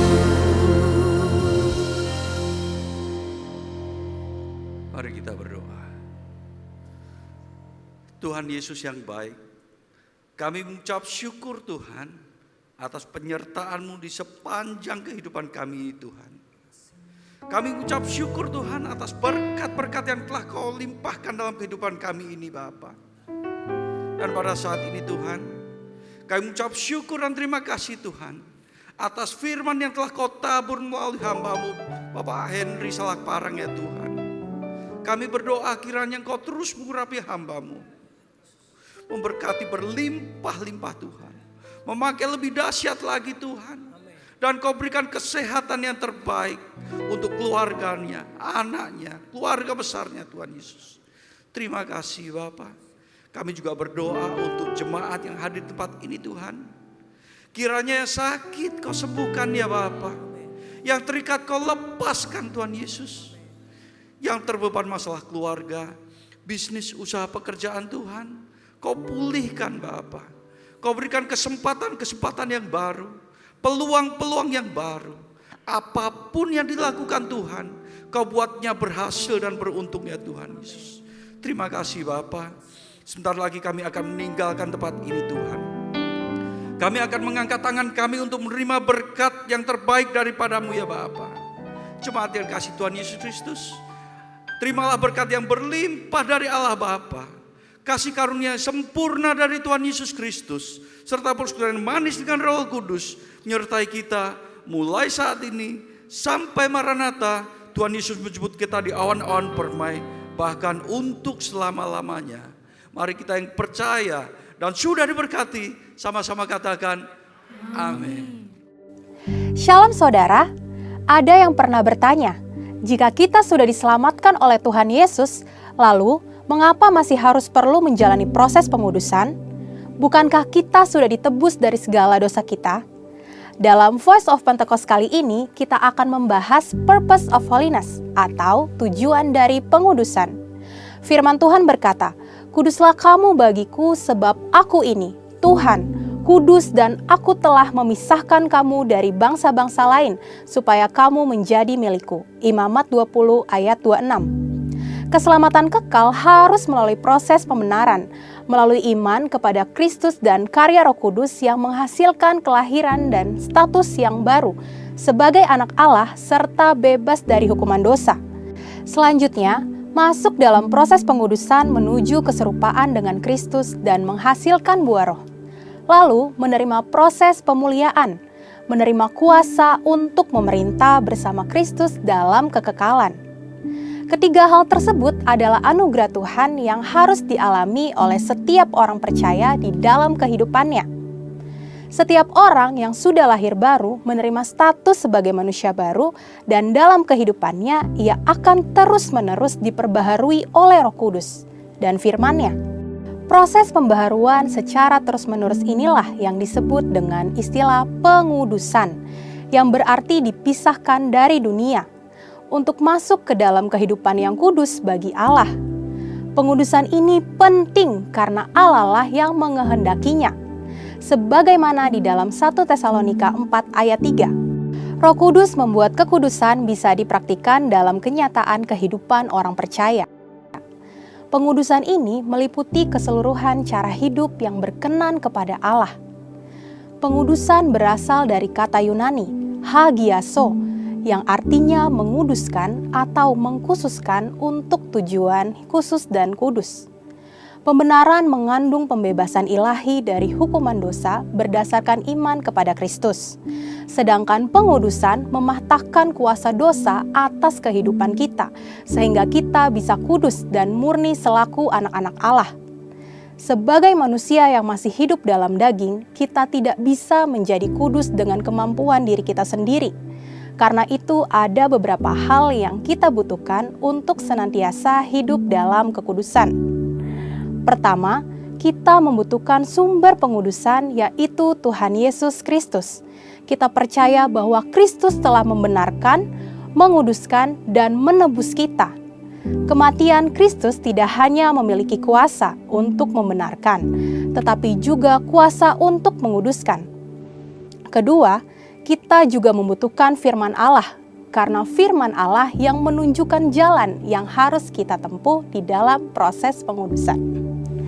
Ketiga, kita membutuhkan Roh Kudus yang menolong kita untuk mampu menjalani proses pengudusan itu.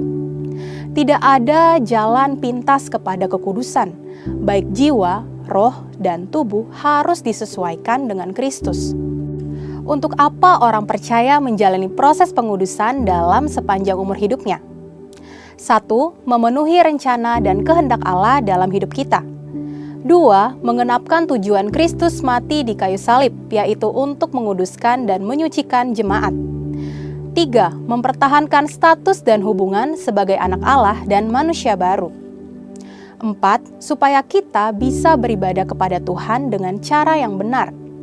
Mempersembahkan tubuh sebagai persembahan yang hidup dan kudus adalah ibadah kita yang sejati. Dan hanya orang yang murni hatinya akan melihat Allah dan tanpa takut beribadah kepadanya. 5.